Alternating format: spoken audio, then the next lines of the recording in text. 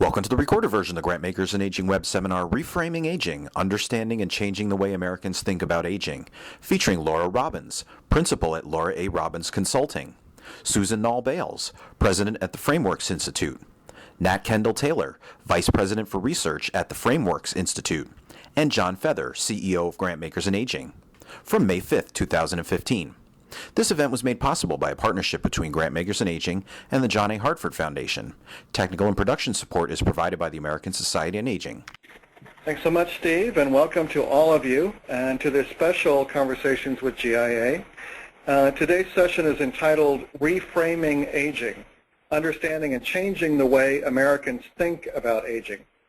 As Steve said, I'm John Feather, the CEO of Grantmakers and Aging, and I'm delighted that over 1,000 of you have registered for today's webinar. Clearly, this is a topic of special interest to many. Before we begin, I want to thank the John A. Hartford Foundation of New York, whose support is making today's webinar available free of charge to our audience. We also want to thank the 8 organizations that have been involved in this project and the funders who have made the project possible. Our first speaker today will discuss these in more detail. I also want to thank the expert team at the American Society on Aging for providing technical and production support for this series. For those of us who have devoted our working lives to the challenges and opportunities posed by an aging society, the lack of understanding and support of aging programs is puzzling at best, deeply frustrating at worst. We are acutely aware that we are all living in a moment of historic change. We know that the aging of the U.S. and the world population represents a demographic shift that is both profound and permanent. We know it will affect every area of our collective and individual lives, and we know that, for the most part, the world is no more ready to cope with an aging-associated changes than it is ready to seize the unique opportunities that an aging society presents. Do Americans just not get it? Do they not care? More importantly, how do we more effectively communicate and motivate our fellow citizens to join us in working to make a society in which all persons can thrive as they age? Our speakers today have been deeply engaged in an exciting project to answer this question. We have with us today Laura Robbins, who is the founder and principal at Laura A. Robbins Consulting, and the coordinator of the group of 8 organizations who came together for this project. Susan Bales is founder and president, and Nat Kendall-Taylor is vice president for research at the Frameworks Institute, which conducted the research and is creating the template for better communications. We welcome you all. Laura, let's start with you. Tell us about the 8 organizations that came together to work on this effort. What were they trying to accomplish? And also tell us something about the funders who helped fund this project. Okay, John, thanks so much. And welcome, everybody. We're delighted that you're interested in this webinar. Let me give you a little bit of context about why this research was created. And it was really an inquiry that began in a meeting room in Washington, D.C. back in September 2012. The senior leaders of 8 national aging organizations met for the day, and they wanted to figure out if there was something that they could do together on behalf of older adults that really couldn't be done by any one of the organizations alone. They spent the day thinking about the aging field, its strengths, its weaknesses, its opportunities and strengths, and opportunities and threats, and they concluded that the aging field is not as strong as it could be, especially given the country's demographics. And they recognized that it could, in fact, become stronger if they worked together. They could leverage each other's experience, knowledge, access, share some of their thought leadership and their networks. It was really in the spirit of the whole is greater than the sum of the parts. Next slide. This slide is going to show you the 8 organizations that are involved in the inquiry. And you can see that they really have a very broad reach in the aging community. The 8 together wanted to do something concrete. They wanted to do it collectively. And after they reviewed and really eliminated several options, they recognized during this one day that they shared really a common problem. What's that problem? Each of them realized that when they started communications, they needed to be able to acquaint the audience, whether it's an individual or a funder or an organization. Really, they need to acquaint them to understand who today's older adults really are. The leaders have this common belief that the public lacks an updated understanding of older adults, and it really gets in the way of advancements for older adults. And this is what I think of as sort of the rate-limiting factor, and it was a common across the 8 organizations. So they could collectively invest in updating the perceptions. They thought that they might be able to use their individual resources, and hopefully you and your individual resources, more directly and more efficiently. And so we realized that we have opinions about what the public thinks, but we didn't really have a deep research base. And that's really what led to the research that you're going to be hearing about today. We were very fortunate to find the Washington-based Frameworks Institute. And they have a unique approach to understanding how people think, not just what they think, but by using a combination of techniques from social sciences and cognitive sciences, we're able to get a better understanding of what's behind what people are saying. And you've probably heard that our faith in frameworks was really validated recently, that the MacArthur Foundation recognized them with an award for creative and effective institutions, and it's really one of 8 in the world that was awarded this award. So what we do with frameworks, their research today, and what you're going to be hearing about is the next step, really may be the start of something profound. And I just wanted to put this in perspective a little bit before we put Susan and Nat on, that I recall, and I hope some of you recall, a time when women in this country were thought to be emotionally driven, they were irrational, naive, and therefore they were not able to own property or get loans or sign contracts or vote or really have a say on what happened with their bodies. And when there was enough social pressure and the language changed about women, so did the opportunities and the policies. Well, this report that you're going to be hearing about today may be the start of this profound kind of change. And we really feel like we've come a long way since our meeting in Washington. And we hope that with your help, we can embrace a change. Can you just do the next slide? The reason that we have been able to make such progress since the September meeting is because of the support of these funders who really embraced the vision and provided the financial support to make this research possible. John, I'm going to hand it back to you, and we can hear more about the research. Well, thanks, Laura. Before we go on, however, I want to remind our audience that you can type in your questions at any point. You just open the question box that's at the right-hand part of your screen and type in your questions there. I will be reading those to our presenters later on in the session. So Susan and Nat, with that background from Laura, could you lead us through the concepts behind this research and what you've found so far? Great, John. Happy to do that. And we are just delighted to be able to report out the first fruits from this extraordinary collaboration among the leaders of aging organizations.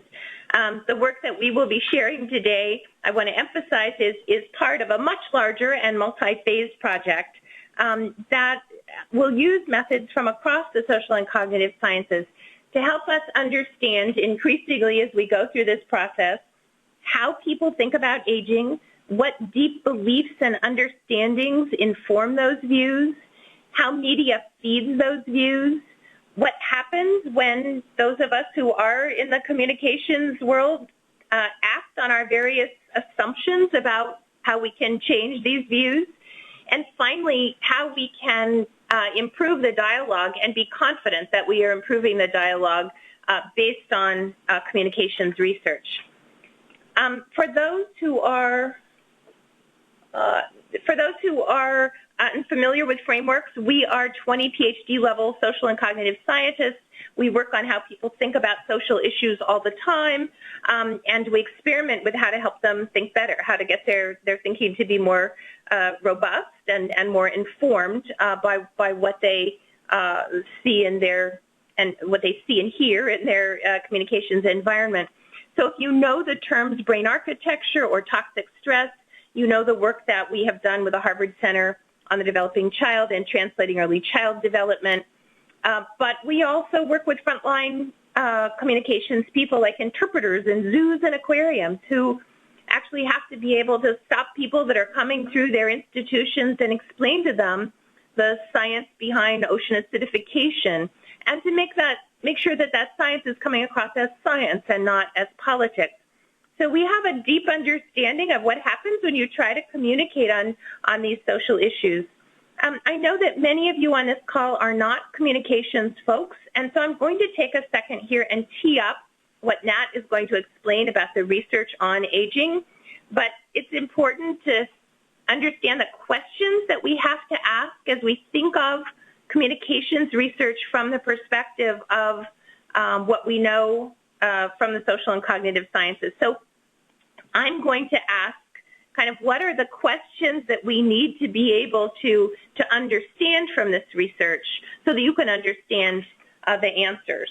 So the first thing I want to do is to talk about, I'm going to talk about 7 factors that I think you need to keep in mind to address this research. And the first one is that salience is a sort of false quest. We know from all the work that we do across our issues that it's not simply about pumping more and more older Americans in front of people to make them think more easily, more top of mind about aging as issues. So the key to getting Americans to value the elderly is not simply to put it more robustly in front of them. We have to pay attention to how those older Americans are portrayed. So here's a lesson from our work on education, where we found that everyone in America thinks first about teachers when you ask them about education. So you would think that that's good, right, for those who want to push for better teacher resources or incentives or professional training. But it turns out it's not, because when Americans think about the good teacher, they think that caring is the key quality that a person brings, and that this caring attitude then unlocks the student's willpower so that they can pull themselves up by their bootstraps. So the salience of teachers actually works to undermine attention to the rest of the system. It gets in the way of thinking about how to improve the educational system. So salience is not going to be the key goal at the end of our research. The second point I want to make is closely related, and it's that how people model their world actually matters.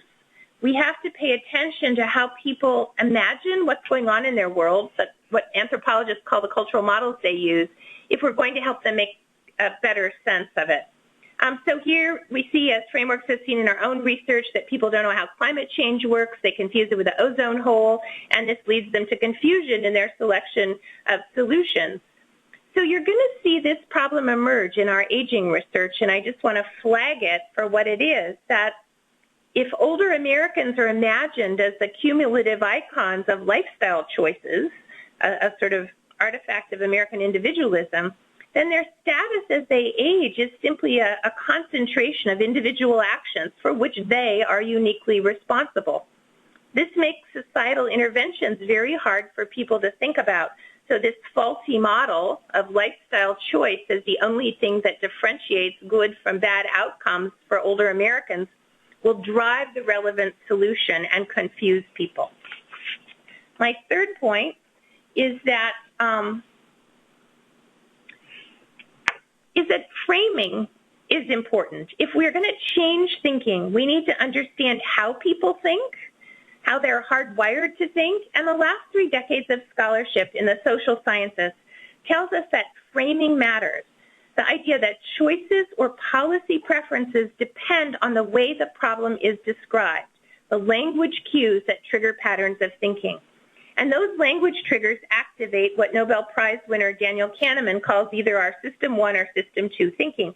So what my colleague Nat Kendall-Taylor will be talking about today is how the way we talk about aging, the frames in our way of talking activate that lazy automatic system one that is our backup code and prevents us from having to learn anything new, or whether we can find another way to talk about older Americans, older adults, that allows us to engage our system too, to really surprise us into having to think about what those demographic data say and mean for our country. And so this is why you won't hear frameworks talking about resonance. We don't want to remind people of the dysfunctional way they're already thinking about aging.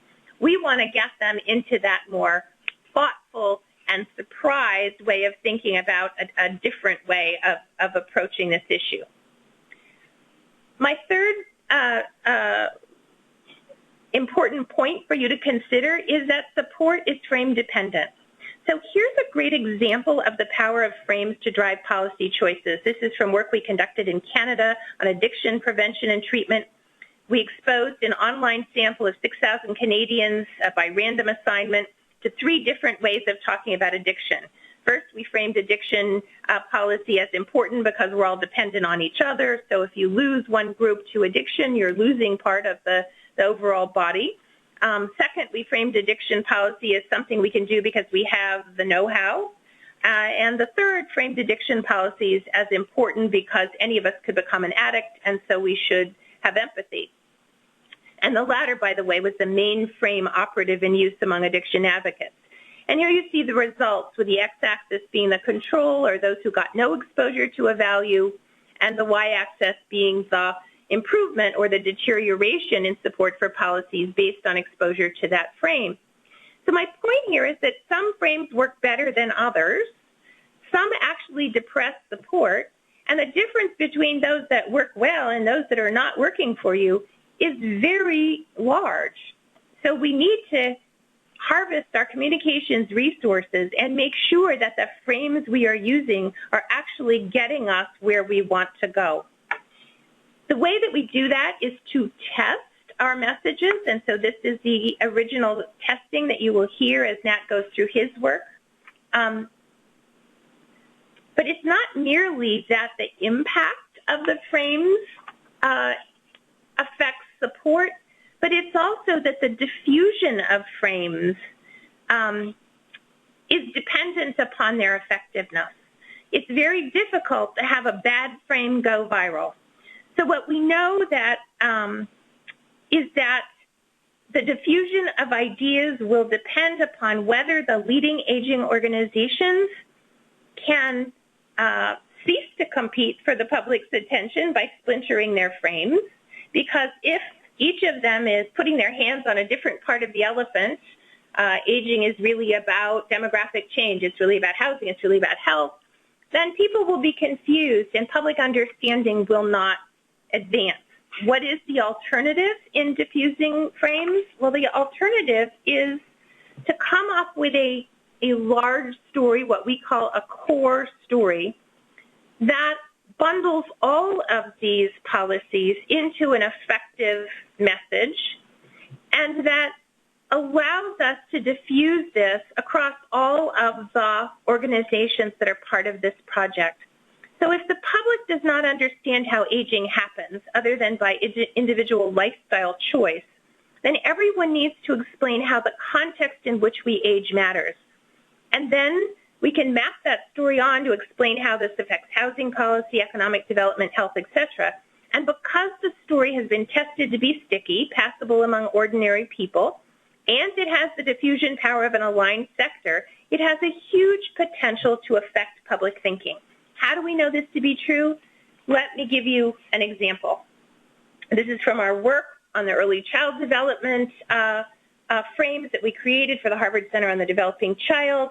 Here you can see one of our metaphors, toxic stress, as it climbs up in Google Analytics, as it gets used by media, and literally takes over the public discourse about what children need and need to be able to avoid in order to do well. So the new narrative very strategically supplanted the bad guy in the story to date, which had been bad or incompetent parents.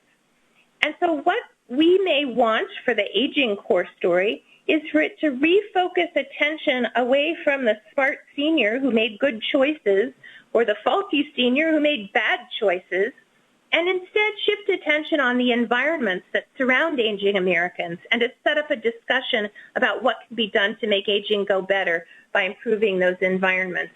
So that is what we're looking for, is how these new frames can drive the discourse in ways that are strategically oriented to the outcomes of this earlier research.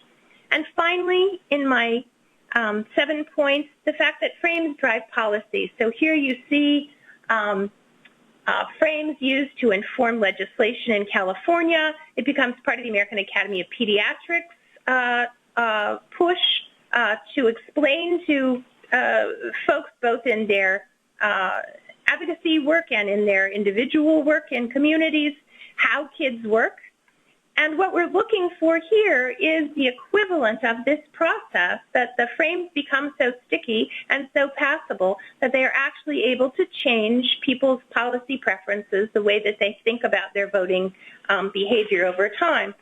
And so I hope that this orientation helps you think about the actual findings that Nat is now going to explain to you, that salience is not what we're looking for. That's a false god.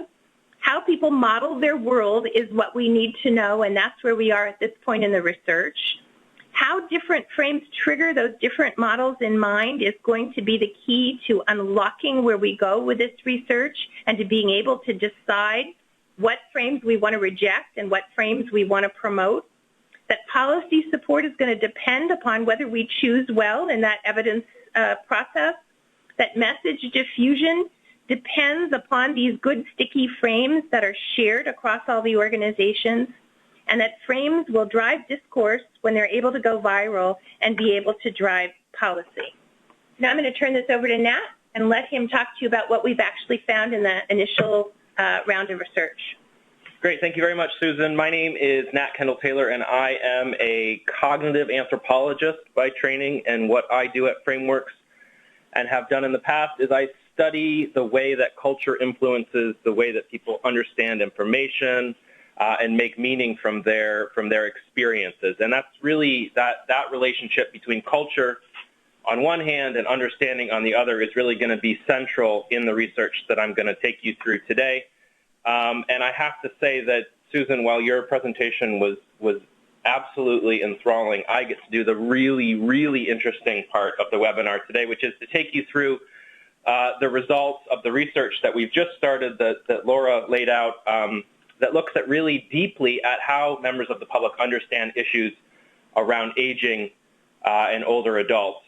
And before I do that, I'm going to make one more kind of meta framing point, and that is bringing together everything that Susan has talked about today in terms of framing and what it is and how it works and what it does, provides us with a very important critical perspective on how we look as communicators, how we look at public understanding. And I think for too long and by too many, the graphic that you see in front of you right now is how communicators approach public understanding through this conceptualization that people and their thinking are these blank slate receptacles that we have the luxury of pouring our messages into, where those messages can swim around and have their desired impact in this clean, unfettered space. And I think that the understanding, particularly the work of Kahneman and other social and cognitive sciences have shown us, is that this is not an effective model, an effective approach for thinking about communications.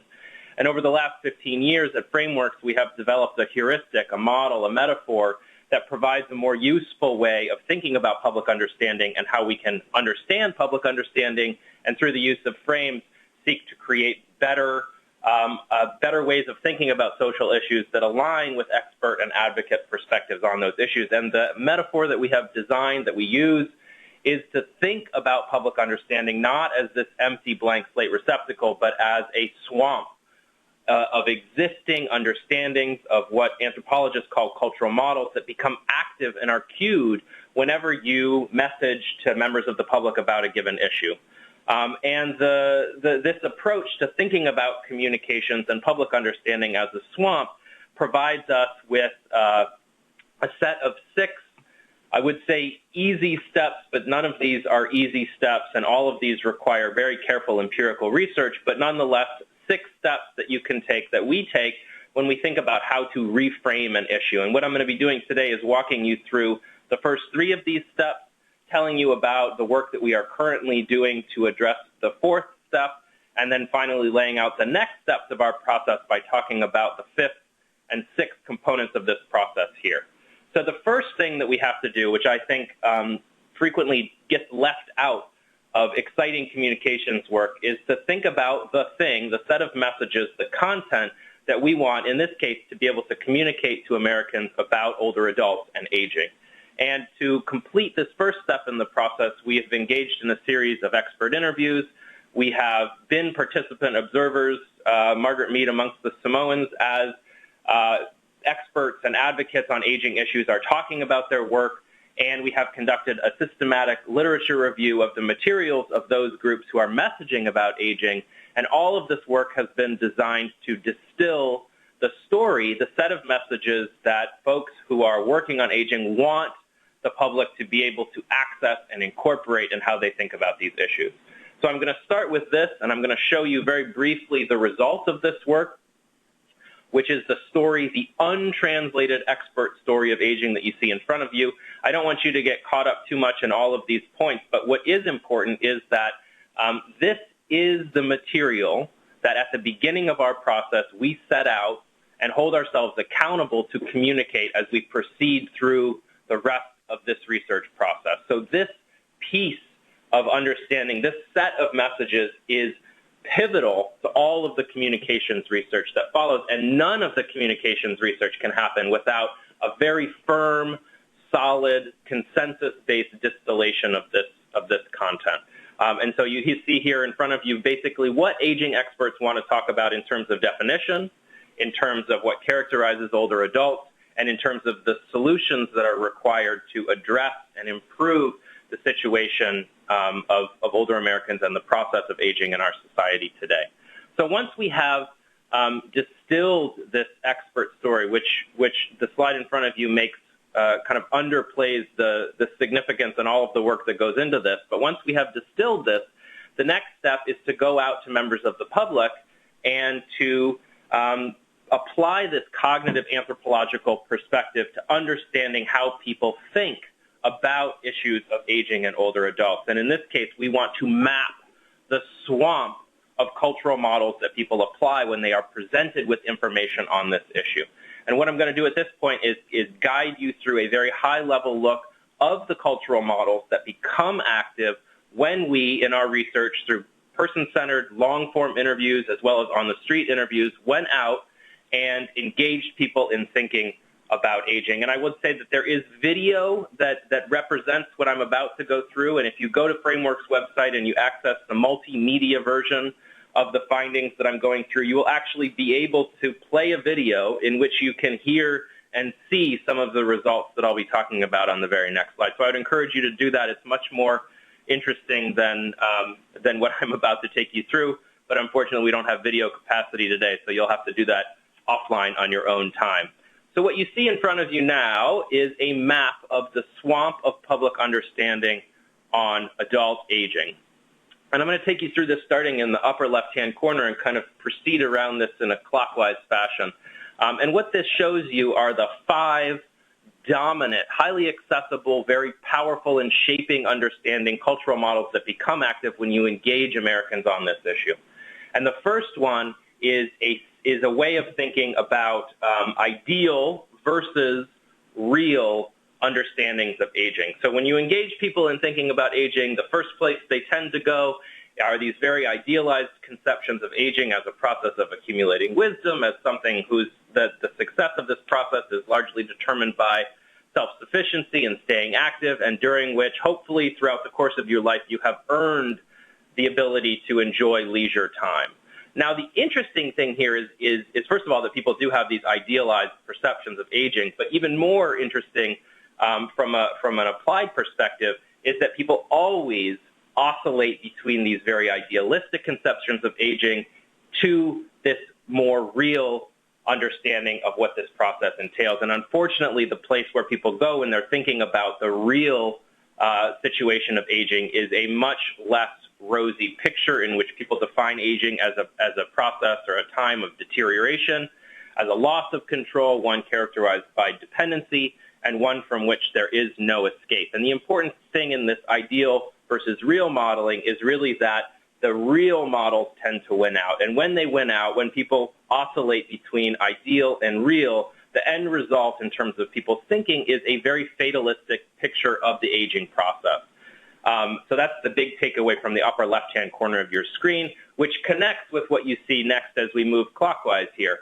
So very dominant senses of individualism. And I'll make the point that this is modeling. These are cultural models that we see pretty much across all of the social issues that we work on, across all of those issues that you saw in Susan's very first slide, but that these models of individualism, that outcomes are determined almost exclusively as the result of individual will and drive or the absence thereof, are incredibly powerful. And I'll show you some examples of this in a second in shaping how people think about older adults and aging. So in this case, people understand that it's primarily lifestyle choices and financial planning that determine the outcomes and success of the aging process. And what this does very clearly, and we have great evidence of this, is it occludes or it creates a blindness to the other systemic, societal, structural factors that are very important in shaping aging directly and in constraining this individualism and the choices that people have.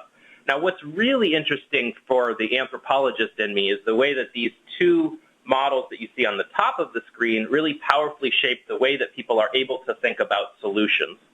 So in this case, when we engage people in thinking about what we would do to address issues with aging and older adults, they draw on this ideal versus real and this very powerful individualism to come to three very narrow and specific solutions. And the first is that they think that there is no solution, that because of this, the real always wins out over the ideal, the deterioration, the loss of control, dependency, and determinism.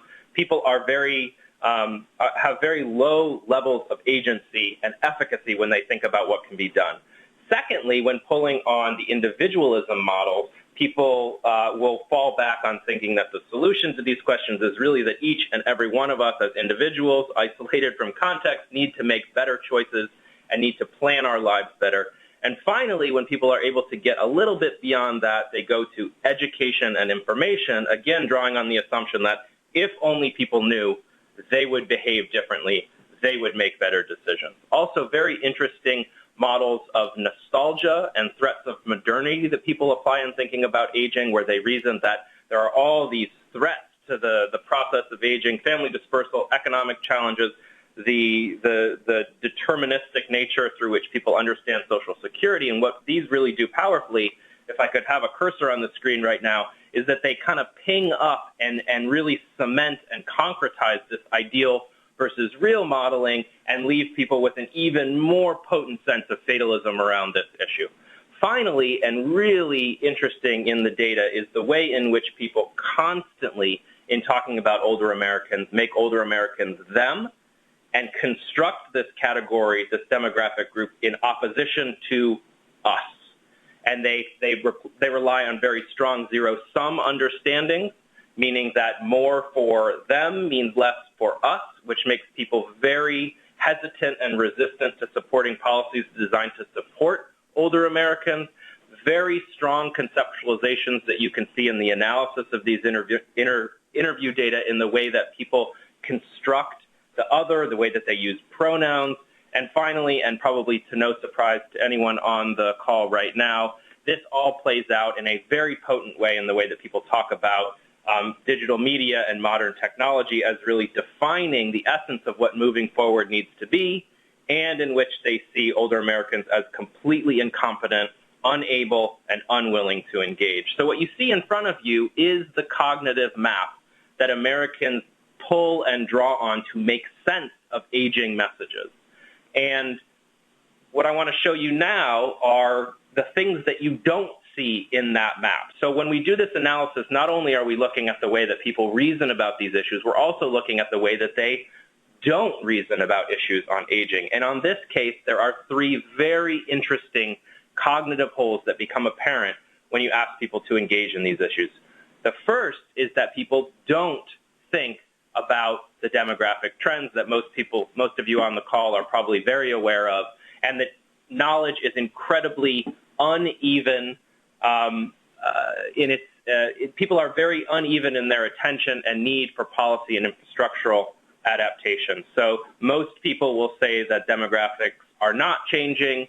Some will say that they are, but a very uneven understanding of the demographic changes that experts really want to be able to talk about, that John actually set up in his introduction to this call. The second cognitive hole is around social determinants. So in all of the data across all of the individuals with whom we spoke, there was a marked inattention to social determinants of race, gender, residential location, immigration status, and how these social determinants affect the process of aging and the outcomes of that process.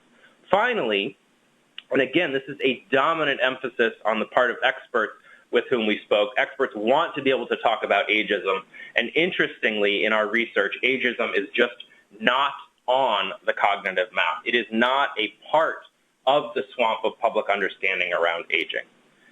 And with that, I want to move to a demonstration, really, of the importance of this swamp that I have laid out, and I'm really going to be talking about how we apply that swamp of public understanding, as well as our knowledge of the holes in people's cognitive landscape in our work on messaging and framing aging issues. And the first application that I really want to note is the way in which this perspective on the swamp makes you a much different consumer of media discourse, that as soon as you become aware of these models of understanding, you become hyper-aware of the way that the media is cueing over and over and over again these particular ways of thinking.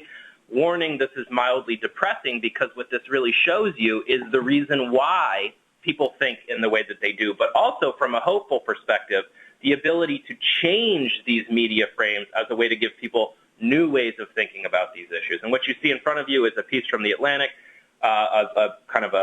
just a very small part of this piece, but very clearly, after looking at that swamp, you should all recognize the powerful ways in which this piece, probably unintentionally, is queuing up, activating, invigorating, and reinforcing these senses, very strong senses of individualism that I talked about and that Susan queued up in her intro to this session. So the result of reading a piece like this is that those ways of thinking about discipline and planning and drive as the determinants of the success of the aging process really become hyper-acute and potent and pulled to the cognitive forefront and become the lens through which people are approaching all of these issues, and from which certain key features of this issue become invisible, the importance of context, systems, structures, and policies.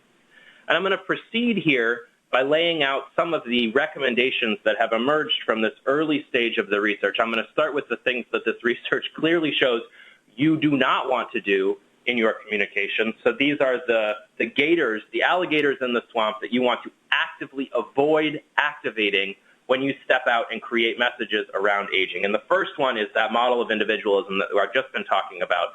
And the warning here is really that you want to avoid all of these unintentional cues that activate individualism. And I will say that there are many of these unintentional cues, and it becomes very difficult to manage your frame selection around this, but also of utmost importance that you avoid these verbs like choice, planning, control, and terms like responsibility.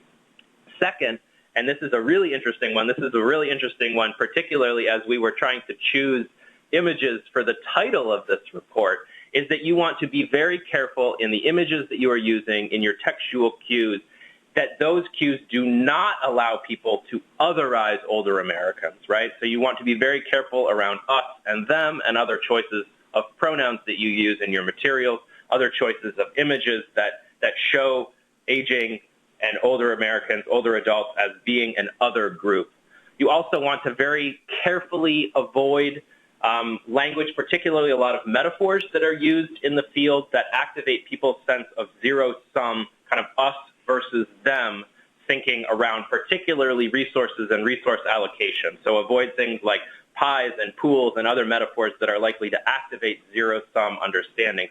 finally, and again, what we have found is a dominant feature of both the media discourse and the field discourse is that you actively want to avoid these crisis messages. And the reason is that when you go crisis, people go fatalism in a way that is very difficult to get them beyond. So next we're going to move to the do's, the things that you actively want to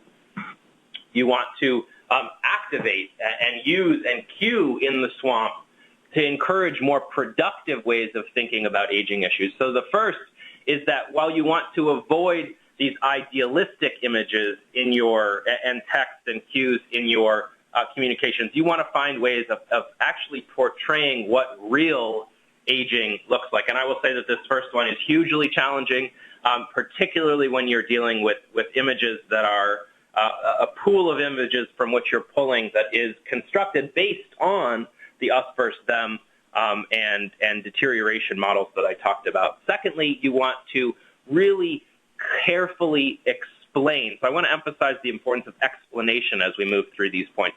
How context shapes individual actions and outcomes. So for sure, you need to acknowledge that there is individual agency here, but you need to always do so by nodding to the larger context that shapes those individual actions. You need to explain solutions.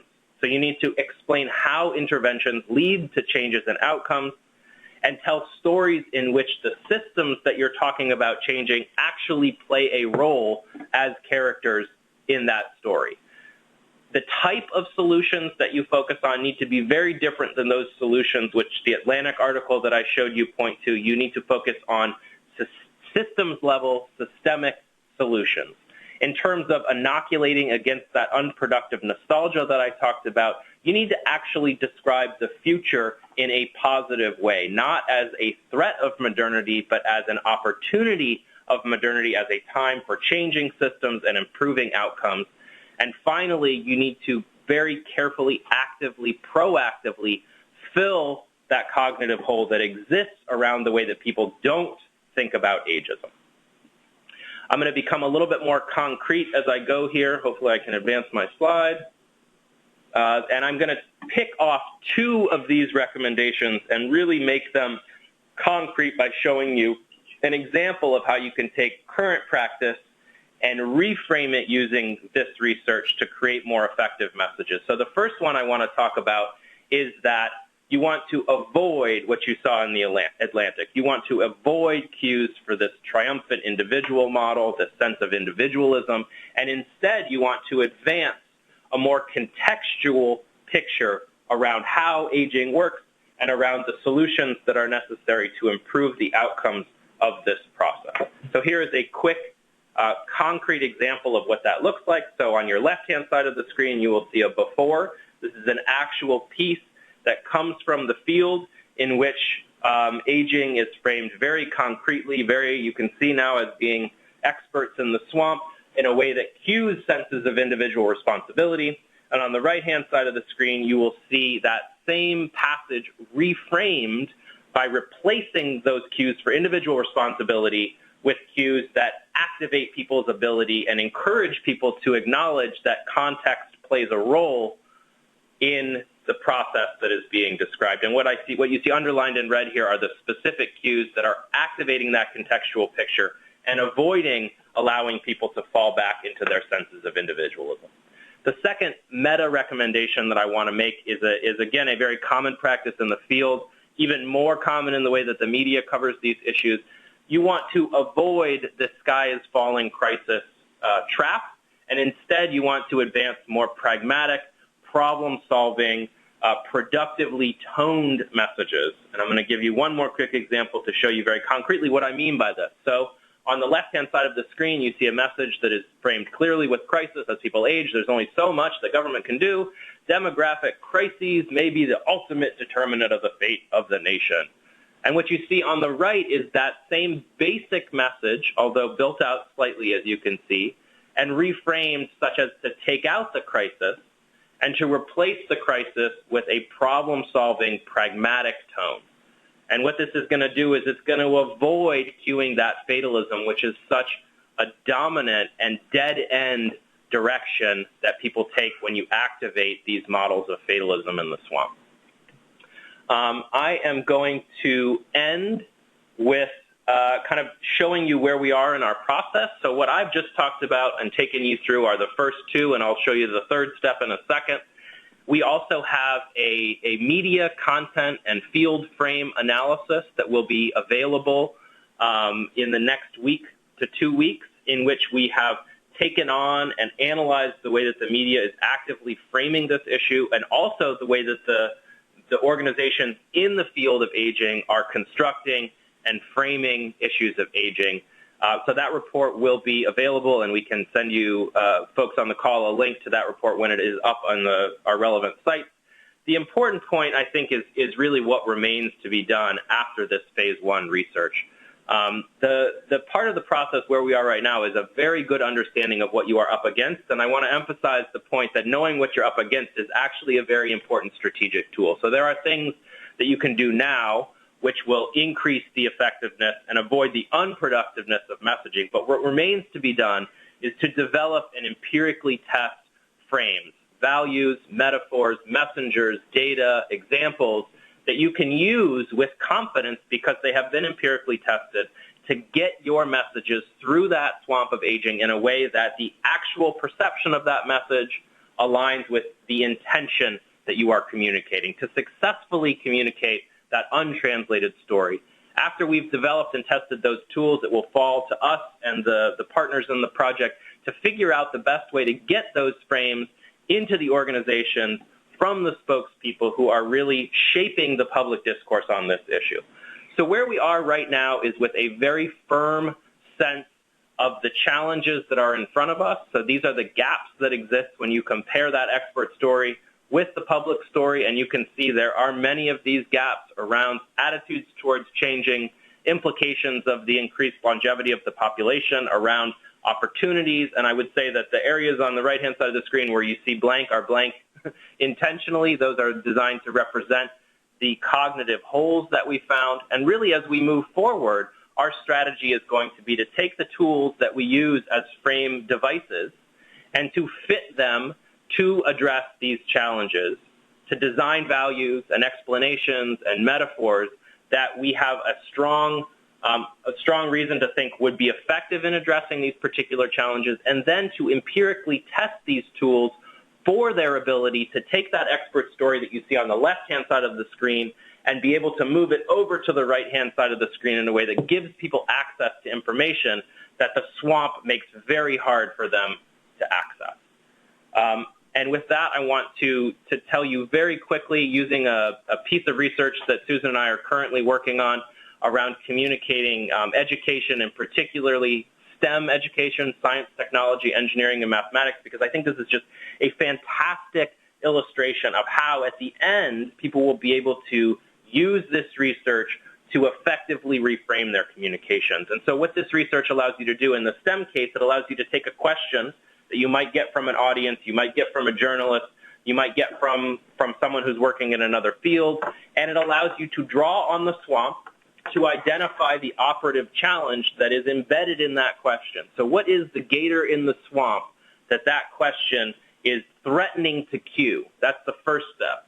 Then, from the development and testing of strategies and tools, it allows you to fit the specific tools that are designed to address that specific challenge and to create a response, to create a reframed passage that deals with the question that you've gotten, but deals with it in a way that doesn't step into the traps in the swamp. And my final slide is that you can do the first part of this process already with the research that I've presented. And this is to my point that there is, while we do not have the empirically developed and empirically tested strategies now, a knowledge of the swamp is an incredibly strategic tool, and allows you to do this. It allows you to take a question. In this case, we hear all the time that there is a rising tide of Americans who are about to come into their older years, and that in the near future, our country will not look the way that it does now, and so forth. And it allows you to diagnose the models, the cues, the traps that are in this question. In this case, we've kind of managed to fit them all into one question. And it allows you to be proactive and strategic in avoiding further cues of these challenges and to sidestep them by beginning to activate some of the more productive ways that people have of thinking about these issues. And with that, I'm going to stop and turn it back over to John, who is going to help us moderate some of the questions, and hopefully we can get to some of the questions that people have over the last 10 minutes of our call. So thank you very much. I'm going to hand it back over to John at this point. Well, thanks very much, Nat and Susan and Laura. Really fantastic work. As one of the organizations involved in this effort, it's amazing to see how powerful this information is, and so we thank you for all you've done so far and look forward to what we have coming up. We had a lot of questions about the availability of this material later, and the answer is there's a couple of different ways that this will be available. Within about 10 days, we will have a rebroadcast link, which we will post not only on our website at Grantmakers and Aging, but all of the 8 organizations will do so as well. That allows you to see both the slides as well as the other materials. We did post earlier in the chat box, which is at the bottom of your screen on the right-hand side. If you open the chat box, you will see there's a link to the slides that were used today if you were just looking for the slides themselves. So with that, we'll probably have time just for a couple of questions, but this is an interesting one from actually a very prominent speaker who works on aging issues all the time. And she says, I'm one of the talking heads who talks about aging a lot.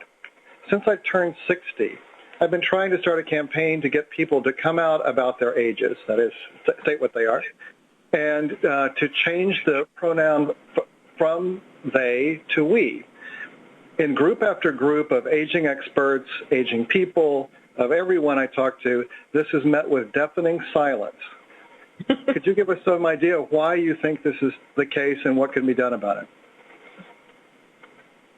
Yeah, I'll start with that. The beauty of having 2 framing brains on the line is that one can talk and one can think. So I'll start to talk and Susan can follow up. I just want to say, so I don't know the name from whom the question came, but I am not surprised at all to hear that. And as someone who has done a lot of cultural research on a lot of issues over the last 8 years, I think the way in which aging is so deeply modeled as an us and them issue is sobering. And it really illustrates one of, I think, the main challenges that communicators are up against, especially when you step into the realm of talking about resources and policies. So I think the depth at which culturally, cognitively, these categories of aging them and all of the rest of us and the competition that exists between those 2 groups over limited resources is stark, and from a hopeful perspective where we've seen similar kind of categorical constructions like this, values in creating kind of common perceptions of issues and and the utility of addressing them have been particularly important, and values will be, as we hopefully are able, funding pending, to go forward and do the rest of this research. Values is a framing tool.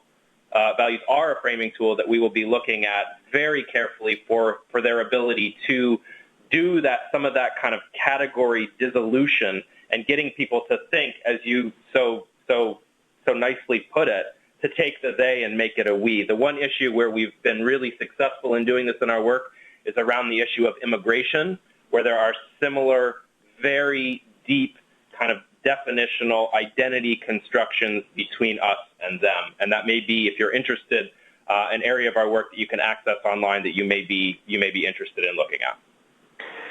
Susan? Yeah, I agree with Nat, but I think the key pivot here is away from the who's in and who's out, who's old, who's not, and to the systems and processes that we're all in. And so that's what we've done in immigration, is not, the worthy immigrant, the illegal immigrant, et cetera, not the proof of worthiness or the in-group, out-group, but rather what are the systems that shape outcomes across the entire group. And I just have to say, as an anecdote, I just turned 65. I have been very careful in always talking about my age, and my birthday cake from my son said, "Happy 30th birthday." So sometimes you just can't win. Laura, anything to add to that one? No, it's a problem that we all share, and I appreciate raising the awareness, and we'll add that to the kind of thinking we have. All right. A different sort of question, someone asking about, are there advantages to the fact that aging is something that affects everyone, not only us personally as individuals as we grow older, but also watching parents, grandparents, neighbors, friends as they age in that process? Is there an opportunity to tap into this process that it is personal to everyone, or does this feed into the real versus ideal messages that we talked about before? So I think it's a really good question, and I think at this point it has to be a hypothesis. I don't think we have answers to this yet, but the real question is whether you're able to get some empathic, some identity going as you talk about the things that affect us all, or whether, in fact, that hyper-individualizes in a weird way, that it focuses us on kind of our own family, our own immediate family bubble, our own circles, instead of broadening out to these systems and environments that affect all of us. And I think this is just why we have to keep doing the research, is because these things happen sometimes in very illogical ways. It's just like the empathy boomerang that I showed in that little slide on the addiction work. Everyone thought that people would see the value of thinking that we all could easily be addicted, and instead what that did was it focused people very narrowly on individual cases of addiction, and it did not get people to support treatment and prevention. Can I add, this is Laura, can I add Sure. that one of the products of this work is the American Society on Aging is doing one of their issues of Generations on ageism, and one of the articles that's being drafted is from a sociologist that is comparing ageism to other isms, and a clear difference is that ageism is the only one that, if you are lucky, you will fall into, and that there's this upstanding question about, therefore, how do you address it differently? And as Susan said, we don't have the answer yet, but it is the only ism where everybody is part of it. Well, unfortunately, we're going to have to move to your closing comments. I do want to point out that the slide that's been up at the end of our presentation here has both the Frameworks Institute website, where you can find all this information and lots of other interesting projects that they've worked on, as well as the specific emails for our presenters today. So please be sure to, if we did not get to your question, to ask the presenters directly. At this point, I want to turn to each of our speakers and ask them to briefly give us their final words of advice and wisdom. And Laura, we're going to start with you. Okay, Tom, thank you. I think what's clear here is that with more than 1,000 registrants, that we have a great number of people who are interested in this issue, and that we are not alone. You are not alone. We are not alone in trying to improve the opportunities available for older people. And I think we have a good start here, and working together, we can push this forward. The other thing I wanted to say is that we are in the process now of looking for support to take those next steps of developing and testing a frame and then sharing it across the aging field. And if there are any funders interested in participating, I'd be very happy to speak with you about that. The final just little piece is, as somebody that uses the Frameworks Institute's website, if you are going onto the general website and are looking for the aging report, I give you a clue that you want to go from their general website to the issues drop-down, then domestic, then aging, and you'll find all of the material relevant to today. Thank you. Thanks so much, Laura. Susan? Well, I'll end with a quote from Tom Pynchon, who said, if they can get you asking the wrong questions, they don't have to worry about the answers. I think what's really important in this presentation is to focus on what we've learned to date. The swamp is the presentation of the questions we need to be able to answer. And that diagram where Nat showed sort of what experts think compared to what ordinary people think, that map the gap analysis, those really should be the focal point now as we go forward. At least we don't want to step in the swamp, and we should be trying to think strategically about how we work around that and not getting, kind of distracted by other things that we might think about that turn out not to be as important for us going forward. Thanks, Susan. Nat?